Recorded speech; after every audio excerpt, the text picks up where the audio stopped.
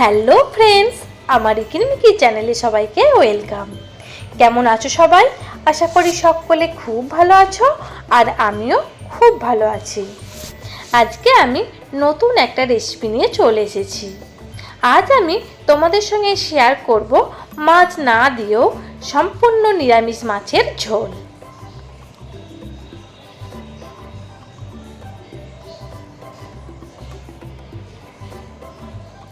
প্রথমে আমি একটা প্রেসার কুকার নিয়ে নিয়েছি। প্রেসার কুকারে দিয়ে দিচ্ছি জল। এরপর আমি এই আলুগুলো প্রেসার কুকারে দিয়ে সেদ্ধ করে নেব।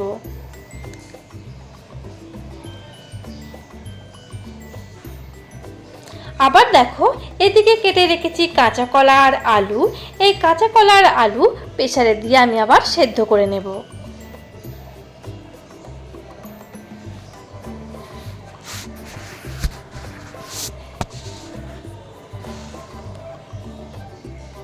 এইখানে আমি সোয়াবিন ভিজিয়ে রেখেছিলাম, সোয়াবিনটাকেও একটা পেস্ট বানিয়ে নেব। এদিকে দেখো, কাঁচা কলা আর আলু সেদ্ধ হয়ে গেছে। আমি ভালো করে কাঁচা কলা আর আলুটাকে মেখে নিচ্ছি।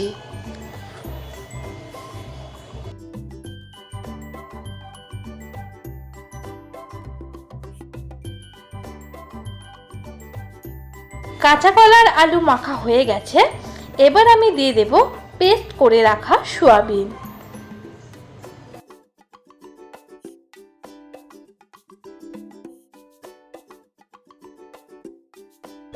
এরপর আমি দিয়ে দিচ্ছি 1 চামচ চালের গুঁড়ো, 1 চামচ বেসন, 1 চামচ কর্নফ্লাওয়ার।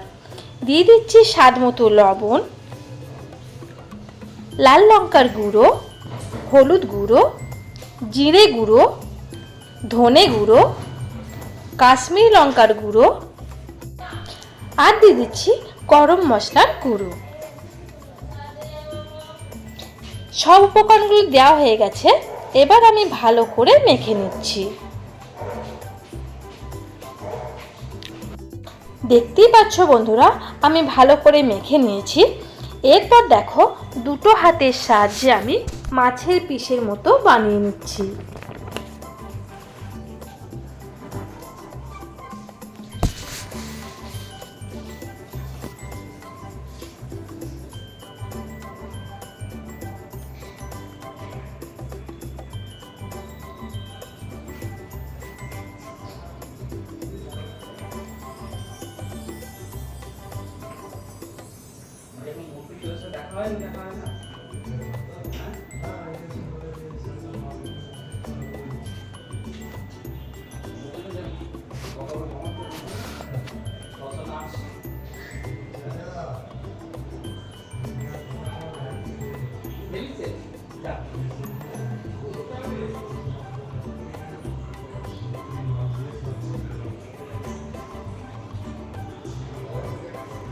এরপর দেখো, গ্যাস অন করে ওভেনের মধ্যে একটা কড়াই বসিয়ে দিয়েছি, আর কড়াইয়ে দিয়ে দিয়েছি সর্ষের তেল।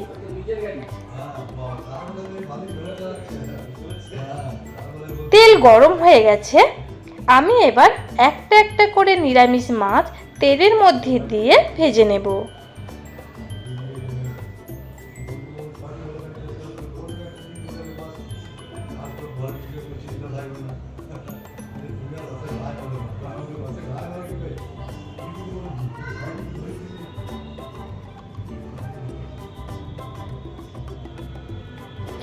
মাছের একটা সাইড ভাজা হয়ে গেছে। আমি অপর সাইডটা ভাজার জন্য উল্টে দিলাম।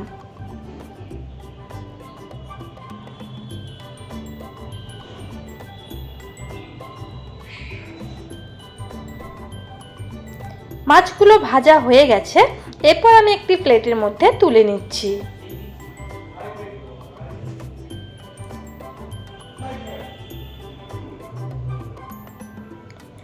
মাছ ভাজার যে তেল রয়ে গেছে, সেই তেলের মধ্যে দিয়ে দিচ্ছি আমি সামান্য কটা গোটা জিরে। এরপর আমি দিয়ে দিলাম কেটে রাখা টমেটো।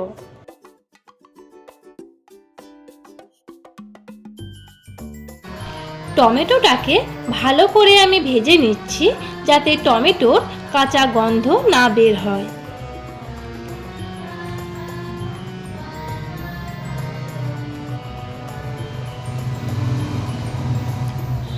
এরপর আমি দিয়ে দিলাম আদার পেস্ট, দিয়ে দিচ্ছি জিরে গুঁড়ো, ধনে গুঁড়ো, হলুদ গুঁড়ো, লাল লঙ্কার গুঁড়ো, কাশ্মীরি লঙ্কার গুঁড়ো, সামান্য চিনি আর দিয়ে দেব স্বাদ মতো লবণ। এরপর দেখো মশলাটাকে আমি ভালো করে কষিয়ে নিচ্ছি।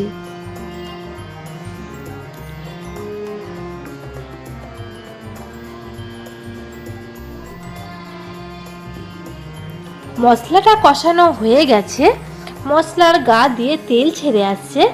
এরপর আমি দিয়ে দিচ্ছি সেদ্ধ করে রাখা আলু। সেদ্ধ করে রাখা আলুগুলো মশলার সঙ্গে আমি আবারও কষিয়ে নিচ্ছি। আলুগুলো কষানো হয়ে গেছে, এরপর আমি দিয়ে দিচ্ছি পরিমাণ মতো জল।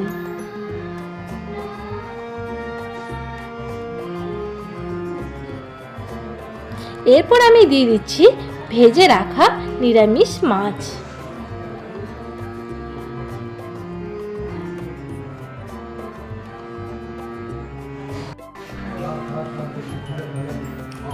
দেখো বন্ধুরা ঝোলটা ফুটে উঠেছে।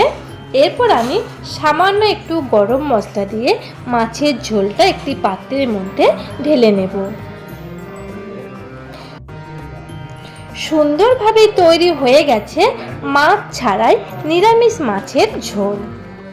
একবার হলো বাড়িতে ট্রাই করে দেখো বন্ধুরা, আশা করি তোমাদেরও খুব ভালো লাগবে। আমি ভিডিওটা এখানেই শেষ করছি, আবার দেখা হচ্ছে পরের ভিডিওয়।